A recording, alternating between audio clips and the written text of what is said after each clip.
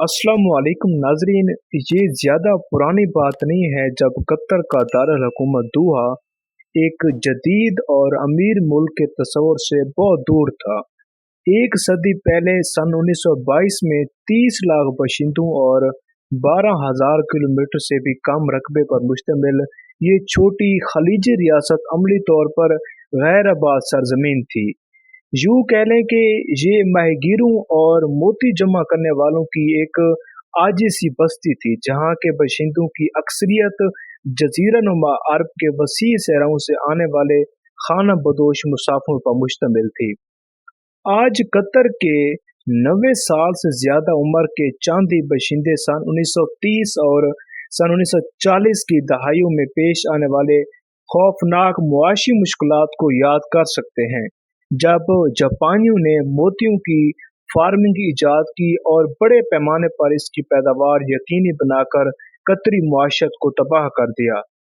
इस दहाई में कतर ने अपने 30% बशिंदों को खो दिया, जो बैरून मुल्क मुआशी मौके तलाश करने चले गए थे।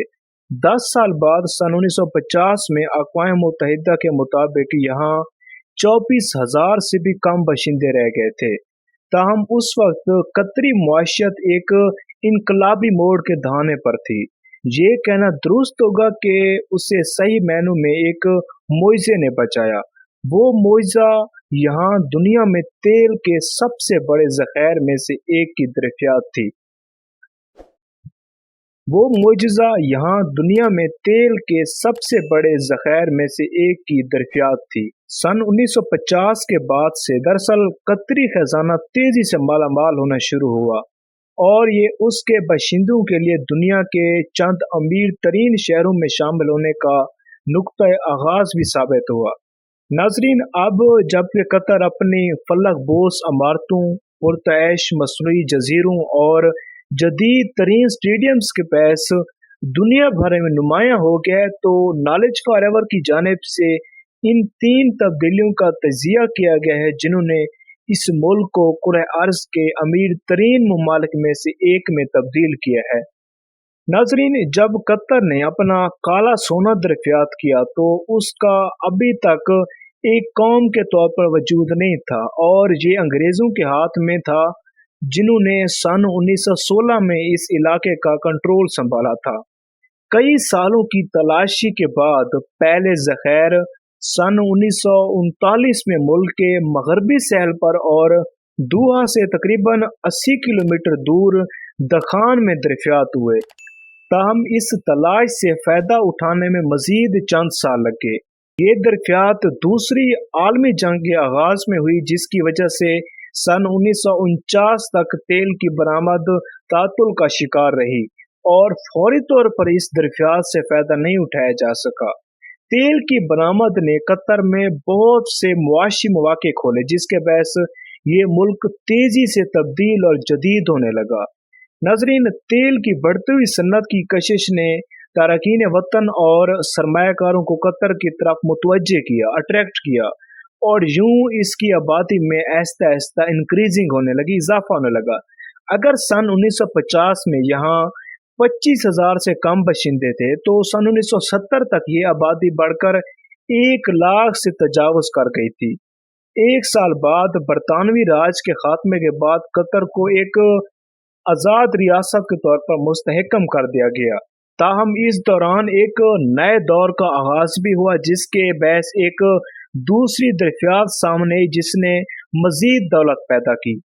नाजरीन, जब सन 1971 में एक्सप्लोरर इंजीनियर ने कतर के शुमाल मशरकी सहल पर नॉर्थ फील्ड में कुदरती गैस के वसी ज़ख़ायर को दरियाफ्त किया, तो चंद लोगों ने इसकी अहमियत का तस्वुर भी नहीं किया था और ये समझने में 14 साल और दर्जनों मशकें लगी कि नॉर्थ फील्ड दुनिया का सबसे बड़ा नॉन एसोसिएट कुदरती गैस फील्ड था, जिसमें दुनिया के मालूम गैस ज़ख़ायर का तकरीबन 10% हिस्सा मौजूद है।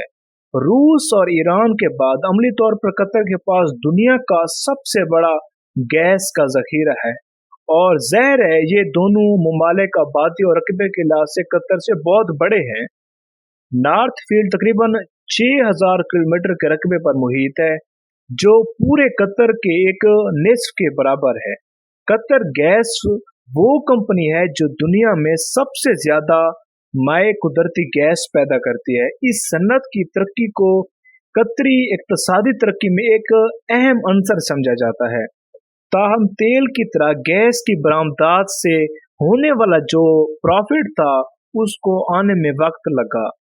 नाजरीन, एक तवील अरसे से मुतालबा इतना बड़ा नहीं था और इसे तैयार करने में कोई खास दिलचस्पी नहीं थी। हालांकि 80 की दहाई में सब कुछ बदलना शुरू हुआ जब इंफ्रास्ट्रक्चर कई मरहल में बनना शुरू हुआ। इसे मुल्क के अंदर तकसीम किया गया और 90 की दहाई में इसे बरामद करने और इसे इकॉनमी का अजीम इंजन बनाने के लिए तैयार किया गया। 21वीं सदी की आमद के साथ ही कतरी इक्तसादी तरक्की में तेजी देखने को मिली।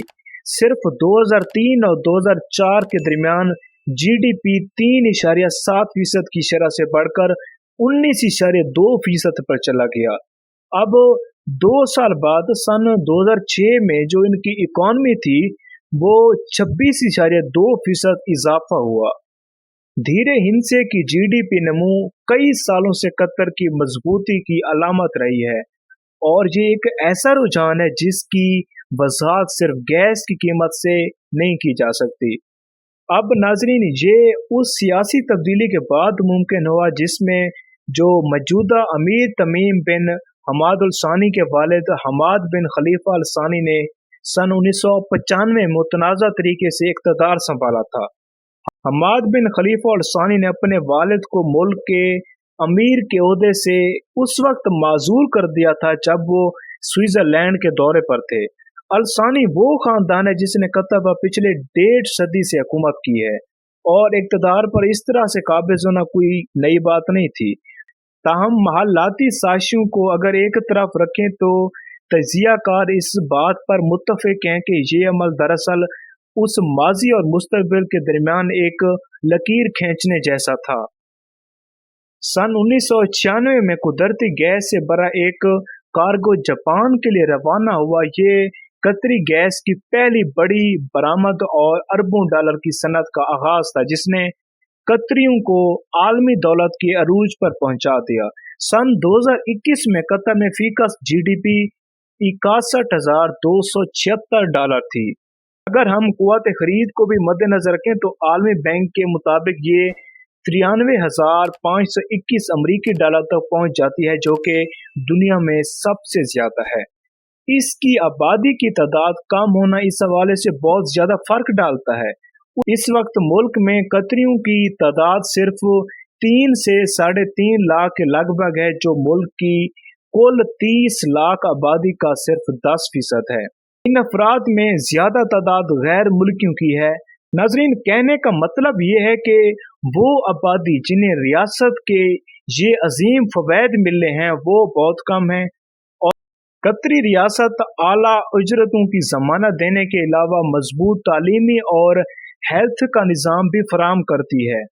नाजरीन, अगर बात करें कतर की जो इकानमी को दरपेश चैलेंज की तो हालिया बरसों में कतर की शानदार इक्तसादी तरक्की को धचका लगा है और इसे सुस्त रोई का सामना रहा है।